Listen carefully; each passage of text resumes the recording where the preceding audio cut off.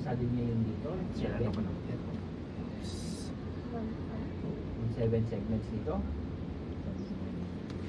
Space. Yes, ang submandibular is neck na siya. Brachial. Yung 7 segments Ilan yung dito, brachial? sa tatlo. May ibang doktor One na and lahat two. ng segments Ay, hindi, akala ko yung proximate Ayun. distance. pinapakuha na Sabi ko, akala ko tatlo yun. Tatlo na pala po. Alamin One mo and na two. lahat ng protocol ng doktor niyo. Okay. Akala ko Then, yun. kapag nakuha niyo lahat ng mesh ng segment Segment. na yan, ng module, dapat Prox. ano yan. No? Halimbawa, segment Prox. 1, 2, 3, Ganun pa rin. Proximate distal. So, Next. kung saan kayo naglo-locate ng brachial artery, nandun na rin yung vein. And this. Then, submentum. Sa pagkuha ng submentum. So, yan. So, ito yung artery, di ba? Ito yung may baba. Okay? So, kung makikita nyo, Galing. Dalawa. Okay. Tingnan nyo to, basilic to eh. Yung isa, basilic to eh. Pero tingnan nyo, nakakabit siya sa brachial. Iba-iba variant yan ha. Minsan, ang kabitan nito nasa mid na ano, brachial. So, ito yung tinitingnan natin, ang dalawa. kahit ano itong So, freeze and freeze. Press. 1, 2. Assert time, ano yung basilic niya. Oo. Tsaka nandun na siya sa ibabaw. 2, 1, and Ito 2. yung- Kita dito. Hindi lahat ng pasyente nakikita. Ito yung ito, saka ito. So, ano ba yung procedure para makita to? Okay. Pamid na ako. Ma'am Vicky, Mid. total ito yung Freeze pinaka. and freeze.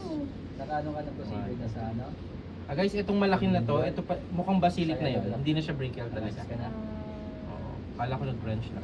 Nag-branch, may branch lang pala yung nakita natin. Yung malaking yun, ano na pala yun, basilic na siya. Ay papasok dun na may light o focus yun. Masakit na masakit na siya. Ay, no. Ito, mukhang from the start siya na pala yung ano, Bas. basilic. Oo. Nakadikit nga lang kasi siya. Okay, so Alam mo pagkakamala mo siya break. special procedure siya ng ano, X-ray. Okay? Pero ang submentum natin, 1 and 2. Tapos dito, huwag nyo na angatin. Nakadikit pa rin yan, no? Sa loob ko na lang pinipisil. Kasi pag inangat nyo, gaganyan, no? Mag-iitim. Okay? Yun lang, sa ngayon mo ba? Okay, so distal. Then, Press, compress. 1 inch. Press. Press, 1 inch. tapos na tayo dyan. Press, compress. 1 inch. So ngayon, Press, sa compress. mandibular na tayo. Sa pagkuha ng sa mandibular, jawline. Ito ba ba? Ito. Base may mga, minus may lang. Yan yung Okay, P. Okay, so tapos na tayo. Forearm. So dito guys, transverse pero dual line. Yung ano ba? Itong brachial, yung distal. Hindi na ano yun yung dito. Di ba last time meron yung sa artery? Hindi na. Pwede na dyan lang. Pwede nang dito. Ah. Okay, tapos sa mandibular gland. Again, transverse tayo, kaya ang Rachel. marker natin is nasa right gland. okay, 1 and 2 pa rin yan, no? Pero prox. Right? Third gland. Prox. So, on nyo yung color, Left tayo, dual live. transverse. Right thumb, huwag nang iikot yan kasi makikita ko kung mali ang orientation ng organ. Kung mali ang marker. So, Ah, marker. sir, diretso ko na dito. Yan. So, Rachel part. Ayan. Okay? So, eto. Di ba nandito kayo nag-start? So, paghiwalayin nyo muna siya. Yan. So, pag bumaba siya, umalis, yun na yung Last ito gland yung natin is ulnar. parotid gland. Sa pagkuha Tapos ng kita parotid nyo may gland, natira hawak dito, may yan, natira dito. okay? Yes, sir. So, yun yung radial. So, Kasi dito, guys, kapag may bumababang ganyan, yung tuon ng yung mata nyo, yung attention nyo, doon mapupunta eh. Sa umiilalim. pag ano. So, ulnar yan ha. So, dito lang kayo sa Pag taas. magkarahan yan, wakwak yan. pag- Yan. So, yan yung inyong Okay, so radial. Please. Ito yun, mali. Ito. Yung isa. Yan. Freeze and freeze. So, ano yan, nakikita yan. Yan. Okay, so ang dami yan, no?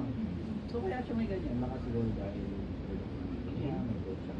Kasi growth patient, so operasyon na Next. implant yung tatlong Mid. Okay, so Freeze and freeze. nakaya na yan.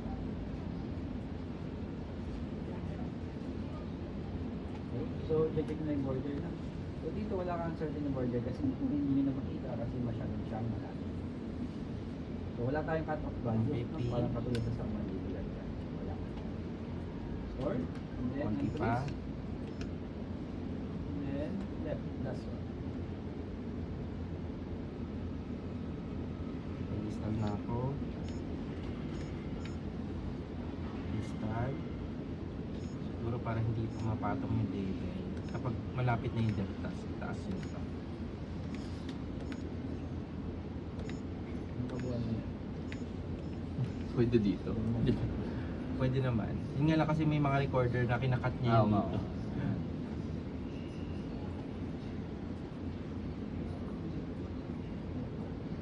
So yun ang neck and thyroid natin. Okay, so 12 slides lang yan. Okay? Sige na, then 1:30 start tayo ng ano, moving. Ito na, stop na to. Repeat. Next, ulnar. So, dual live pa rin. Palitan nyo lang ito ng ulnar. Okay, ito. Prox. Okay. So, ngayon, yung ulnar yung kaninang bumaba. So, babalik tayo. Ito, yung minalim. So, magbabawas kayo ng depth. Ayan siya. Okay. So, Ito. yan. Siya. Ito naman talaga. Mahirap lang siya i-compress dito sa lugar na. Mas madiin lang. Pero ito siya. Ito, tsaka ito. Sige. So, breeze and breeze. Press.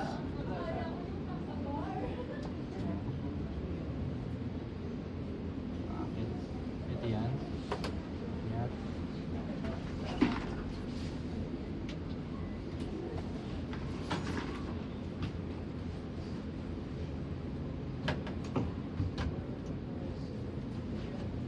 Siya. Isang piece. Siyempre napakaliit. Yan o. Ito. Artery yun. Ito artery. Ito yun. Yung vein. Yung isang piece. Yan.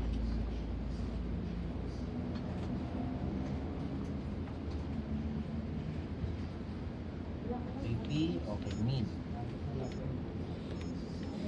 Mid. Is unfreeze.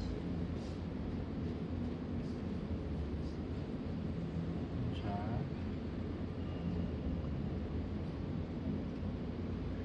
T.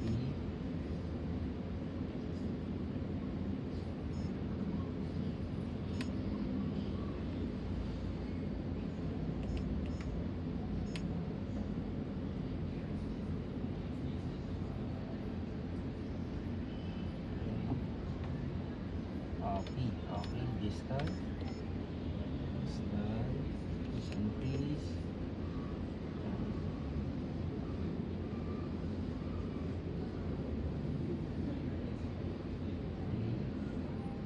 Makapigay ng dulo.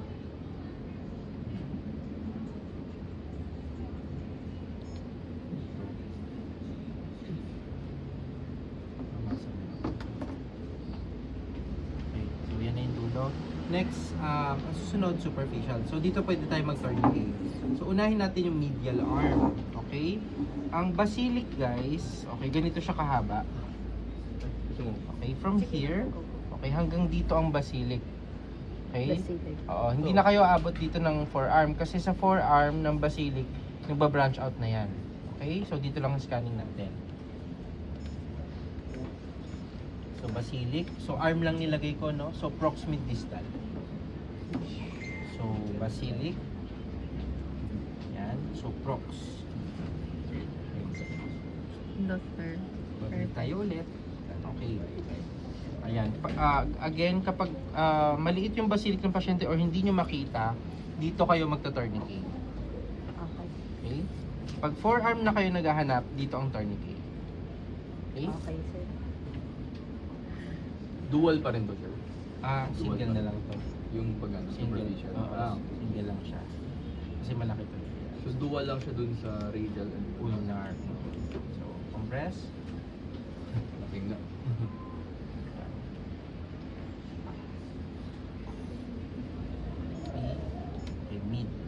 Yan ba yung nakuha mo kanina? Yan ba yung nakuha mo kanina? Basilic?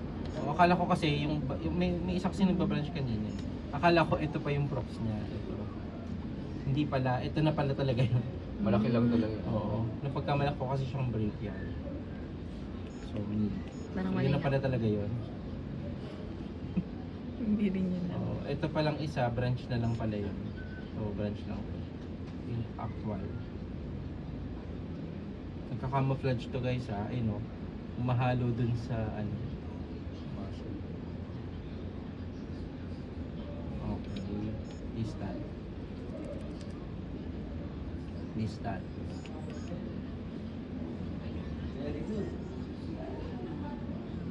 Yan. And pag ganyang nagsasanga na, ayun o, naghiwalay na.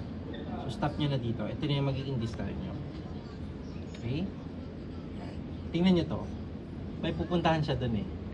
Etong area na to, didikit kakabit siya sa cephalic.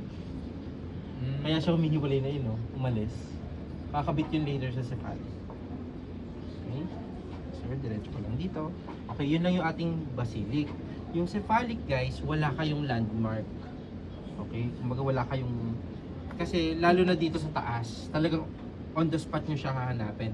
So, para madali nyo makita, dito kayo mag-start sa distal part ng arm.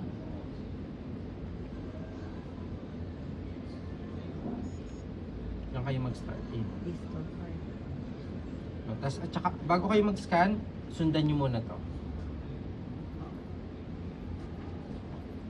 Sundan nyo siya.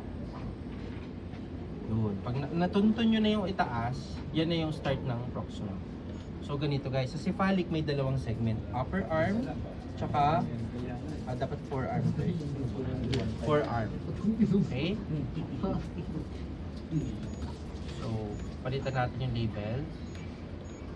So, cephalic, tapos upper arm. Okay, ipoprox natin yan. Prox. So, ito yon. Ito. Yan. Freeze and freeze. Very light lang to.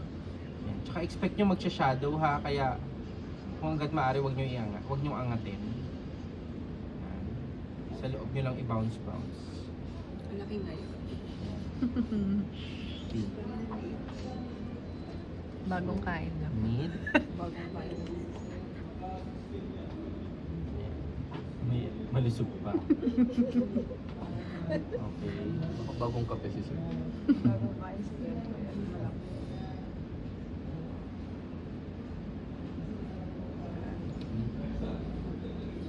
Wala na akong gano'n mag-demo, walang kape. Naman. Distal. And freeze. Kulang sa kape. Ayan. So, Bigyan ng brewed coffee. Group naman pala, sir eh. Rude pala eh. Masarap yun ha, bro. Okay, Wala yun na. naman daw problem.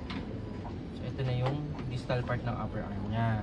Okay, pakita ko lang ha, kasi nagkakabit yan eh. Ako mag-check ng papel dito ni Mama Isel, sir. Wala. Ayan, so tingnan nyo to. Di ba ito yung distal? May Sir. aalis, ayun o. Ito. Yan yung kakabit sa basilic. Oo, yung kaninang basilic na Ah. pinakita ko. May kakabit sa kanya dito. Galing dito yun.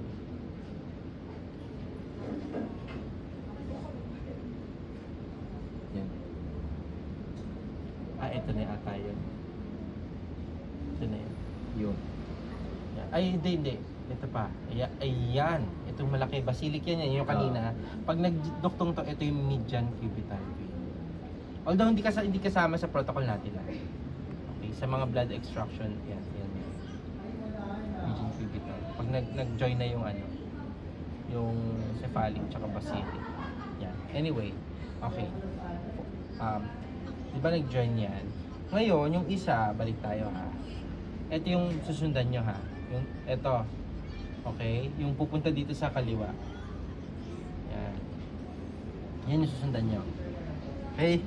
Kasi guys, pag sinundan nyo yung isa, pupunta dun yun eh. Pupunta ka sa basilic. Oo, sa basilic. So, ito yung... Guys, tingnan nyo. Hindi pa ako nakadikit. Pero nag-start na siya mag-close. So, So, palit tayo. Cephalic. Forearm. Okay. Prox. Freeze and freeze. Ito na. Kaya maganda dito may tourniquet. Lalo na sa forearm. Flat na flat.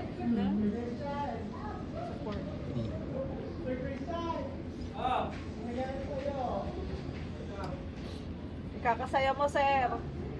Hindi si Angela, sir. Maglolo-lolo ka na. Ang liit na. Ito siya. Oo nga. Sobrang cancer ng pag ano mo, sir. Oo, pag ginaan ko po, pawala na. Ano? Parang natouch lang yung surface eh. Ganyan ka, ka-sensitive. Yan. Uy! P. Okay. Mid. Isang piece. Kita nyo ba? Na-appreciate nyo? Ito. Yan. Sobrang gaan na ng kamay ko dito. Pero tinan nyo, masarap pa rin siya. Toothpaste.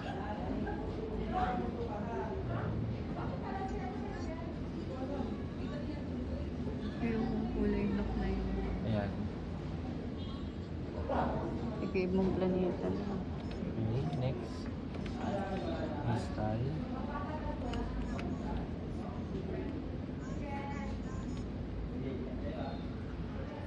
Ito na to. Ayan. Okay. Tapos na tayo mag-compress. Okay, longitudinal na tayo. So, babalik tayo sa leeg. Tama lang. So, dito guys, tatlong balik. B-mode, color, pulse width. So, B-mode muna tayo. So, ang labeling natin ngayon is right, long. Okay, IJV muna. So, wala nang proximal distal to ha. So, lalagyan ko ng color. Okay. So, i-steer ko pa rin. Tama ba yung color assignment? Ali. Hindi. So, kailangan Invert. blue. Freeze and freeze. Show nyo lang all the way. So, Pero may B-mode muna. Oo, yung sir. nga, B-mode. B-mode muna. B-mode muna tayo. Show mo to. Yan. Pag nakita nyo ng, yan, kukolapse na siya. Collapse na. Tigil na yan. Kahit isang clips kaya to. Freeze and freeze. Ulit.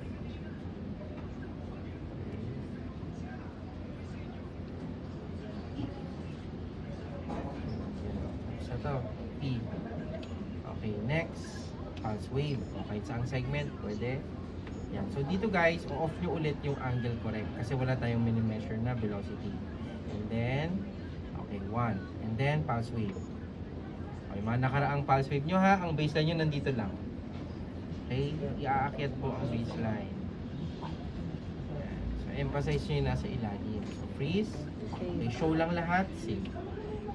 Next, tapos na tayo, pupunta tayong shoulder. So, sa shoulder, okay, meron tayong supra. So, pulse wave lang yon. So, Paano nyo ulit inakot yung baseline? pag naka-pulse wave, ito. Yan. Okay, Yung katabi nung ano pala. yung Scale. scale. Okay, ngayon, subclavian, vein, supra. Okay, so pulse wave agad siya. So, on nyo to, tapos, okay, so ganito. Di ba sa supra ng artery, carotid ang sinusundan natin. Ngayon, vein ang titingnan nyo ngayon. Ito yung IJV, di ba? Pag niyuko nyo to, ito brachiocephalic vein to. So, ito yung supra nyo. Color. Steer. Okay, yan. Pulse wave. Ano kayo? Pulse wave. Okay, save. Next, ito na tayo, infra. Okay, yung infra may B mode siya. Okay. Subclavian infra. Okay. Yun nga lang, meron siyang instruction. Reverse Valsalva. Okay. So, sa B mode to ha, reverse Valsalva. Wala siya sa spectra. So, ganun pa rin. Oblique nyo pa rin. Yan. Ito yung malaki na nakikita nyo pag nag-ano kayo sa Subclavian. Yan. Okay. So, hindi mo kasi siya pwedeng i-compress kasi masakit. Okay. Well, actually, kung trans, yun nga lang ididiin mo ng todo. So, hindi recommendable na mag-compress. So, ang gagawin natin, papahigupin natin. So, ganito. Freeze and freeze. Sir, higop ka nga, sir. Yun, dun siya maggaganon. Isa pa, sir, higop. Okay. Isa pa, sir, higop. Okay, ayan. So, P. Ayan, kita nyo, pag dito guys, collapse. Maganon. Okay? And then, sundan natin to, freeze and freeze. Okay. Ayan na, bababa na siya. So, ito na yung, dito na yung, kita nyo, lumiit yung diameter. Yes, sir. Actually, may branch dito. Pag lumiit yung diameter na ganyan, Auxiliary na ulit. auxiliary na yan. Okay? Tingnan nyo yung orientation. Di ba itong artery? Yung artery gaganon. Tapos yung vein, tingnan nyo. Papatungan nyo yung artery dito. Parang, nandito yung artery nyo, tapos yung vein, nakikross-over siya. Ayan o. Di ba yung artery, gaganon pa yon. Yung vein hindi. Yung artery o, diretso doon. Yung vein hindi. Bumaba siya bigla. Yan. Okay? Nag-okulak duty. So, medyo kailangan nyo mag-imagine ng konti dito. Basta nakalabas yung vein. So, i-assume natin, ito na yung axilla. Ang gaganon kasi. Kaya ang hirap ma-appreciate ng axillary. So, burahin natin. Axillary vein. Okay. Freeze and freeze. Ayan, axillary vein. May reverse, ano ba yan?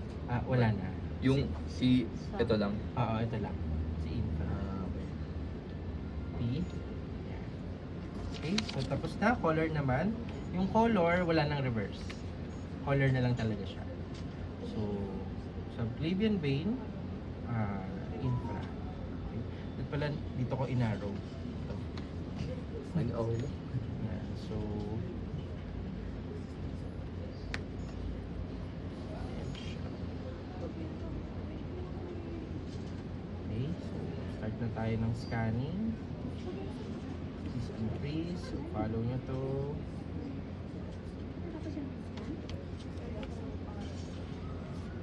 Okay. Baba siya ng konti. Okay, lumiit na yung size, P. Okay, palit tayo ng axillary vein. Okay. Baba na. Basta natin ang color green, baba natin ang scale.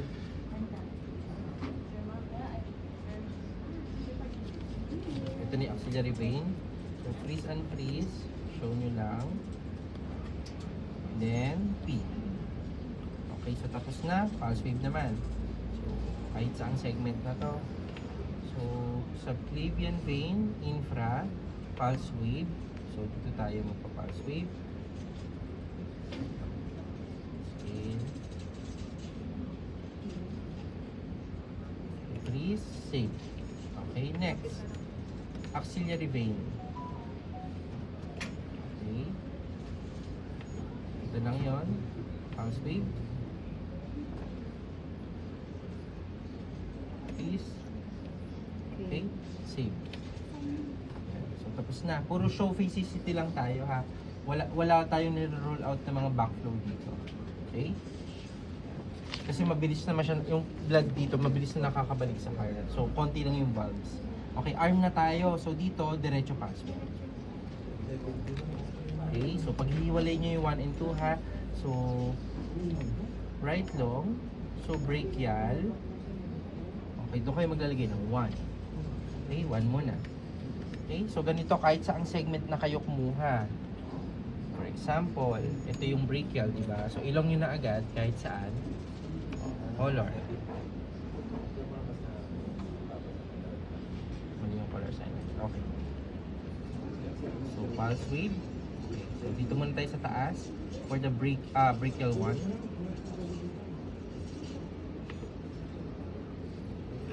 Invert natin kasi yung blood nasa taas. Okay. So, Diliman natin. Pag may naharong artery, ganito nyo. Bawasan nyo yung rate. Save. Next. 2. 2. Unfreeze. Yung nasa ilalim, this is 2.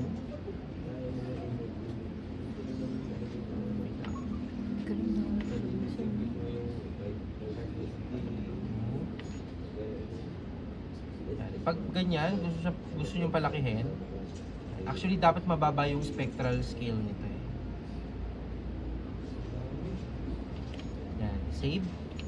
Okay, next. Radial 1. Here, radial 1. Radial 1. Okay, so punta na tayo radial. Okay, ito. Trans nyo na lang, oh, tapos elongate nyo na lang. Para masundan. Pag tayo sa taas. Na kasi doon magaan yung kamay niya, parang bumuka yun. Pag ganito ang scale nyo, masyadong mataas. Makikita ba tayo? So wala. Babagsak nyo siyang ganyan.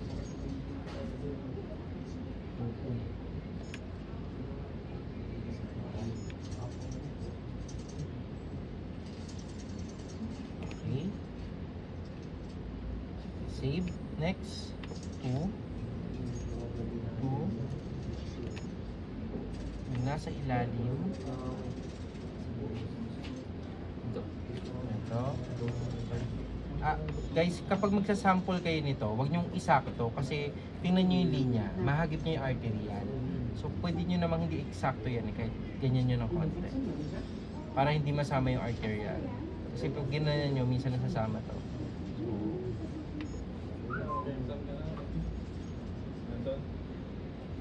Okay. Save. Okay, next, ulnar. Ulnar 1. Ulnar 1. Okay. Angle. So, ulnar tayo. Ulnar. Ito. Ilong natin siya. Ulnar.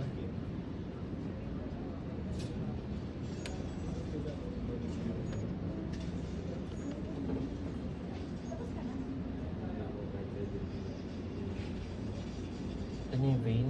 Hindi. Ayan, oh, ayan yung vein. Okay, pagin natin.